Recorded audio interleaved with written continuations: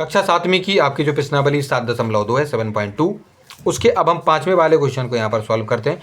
इसमें लिखा है कि मैंने एक टीवी 10,000 रुपये में खरीदी। कितने रुपए में खरीदी है? हमने उसको टीवी को 10,000 रुपये में खरीदा है और ख़रीद कर 20% इस पर लाभ कमा कर उसको बेच दिया। यानी इस पर 10,000 में खरीदी है और इस पर 20% हमने लाभ कमाया और उसे बेच दिया। मुझे बेचने पर कितना धन प्राप्त हुआ है आपको ये बताना है। यानी कि आपको ये बताना है कि आपको बेचने पर कितने रुपए आपको यहाँ पर प्राप्त हुए। तो देखिए छात्रों, सबसे पहले टीवी का जो क्रय मूल्य यानी हमने कितने में खरीदी थी? 10,000 रुपये में खरीदी थी। और लाभ कितना हुआ है आपको? लाभ हुआ था 20% आपने उस पर लाभ कमाया है। यानी कहने का मतलब यह है कि लाभ की प्रतिशत तो मालूम है कि 20% लाभ हुआ, लेकिन कितने रुपए लाभ हुआ ये नहीं बताया।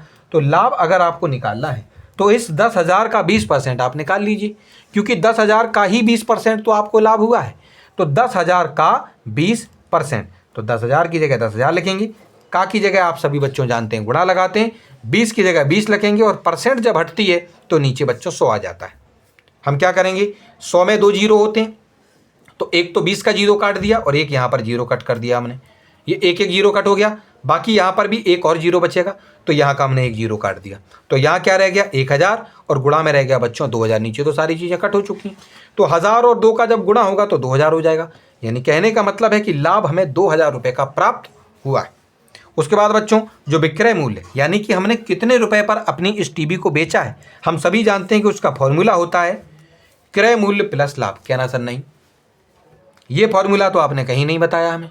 तो देखो हम अभी आपको बताते हैं। हमने आप सभी बच्चों को जो लाभ है उसका फॉर्मूला तो बताया ही है। कितना होता है लाभ का फॉर्मूला? आपका जो लाभ है,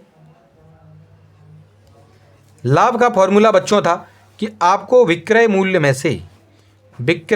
में से आपको घटा देना था क्रय मूल्य को। ये फॉर्मूला तो हमने आपको लिखवाया ही था फॉर्मूला, जब हम आपको लाभ हानि या इन सभी चीज़ों के बारे में जब समझा रहे थे। तो हमें यहाँ पर चाहिए बच्चों विक्रय मूल्य। क्या चाहिए? तो विक्रय मूल्य के साथ क्रय मूल्य किस में? घटाने में। उसको वहाँ से हम हटाएंगे और जब इसको यहाँ से इधर हटाएंगे तो ये प्लस का क्रय मूल्य हो जाएगा। किसका हो जाएगा जी? प्लस का क्रय मूल्य। यानी इसका पक्षांतर ट्रांसपोजिशन करेंगे, बराबर के इधर लेके आएंगे तो ये माइनस का क्रय मूल्य प्लस का क्रय मूल्य हो जाएगा और यहाँ पर रह जाएगा केवल और केवल विक्रय मूल्य। यानी ये जो विक्रय मूल्य है वो किसके बराबर होगा? लाभ प्लस क्रय मूल्य। यानी कि लाभ प्लस क्रय मूल्य या क्रय मूल्य प्लस लाभ के बराबर आपके विक्रय मूल्य का फॉर्मूला हो जाएगा। तो आप एक फॉर्मूले से बहुत सारे फॉर्मूले इसमें तैयार कर सकते हैं। इसी की मदद से आप क्रय मूल्य भी निकाल सकते थे, उसको भी हम प्राप्त कर सकते हैं। अब अगर क्रय मूल्य निकालना हो, अगर आपको लाभ पता हो और विक्रय मूल्य पता हो तो कुछ नहीं करना है, आपको ये जो लाभ है उसको वहाँ भेज देना, विक्रय मूल्य के साथ घटाने में हो जाएगा। तो क्रय मूल्य बराबर विक्रय मूल्य माइनस लाभ हो जाएगा।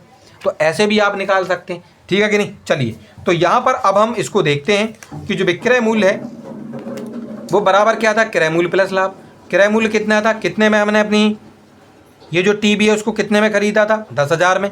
प्लस की जगह प्लस लाभ कितना हुआ था? हमने देखा था 2,000 हुआ था, हमने 2,000 लिखा। और इसको क्या करेंगे? विक्रय मूल्य बराबर कितना हो जाएगा? 10,000 और 2,000। देखिए छात्रों, ये रहे आपके 10,000 और ये रहे बच्चों आपके 2,000। इन दोनों को बच्चों हम जोड़ देंगे और आपका जवाब आ जाएगा 12,000। यानी यहाँ पर हम लिख देंगे 12,000। तो आपका ये जो विक्रय मूल्य है वो कितना हो जाएगा छात्रों?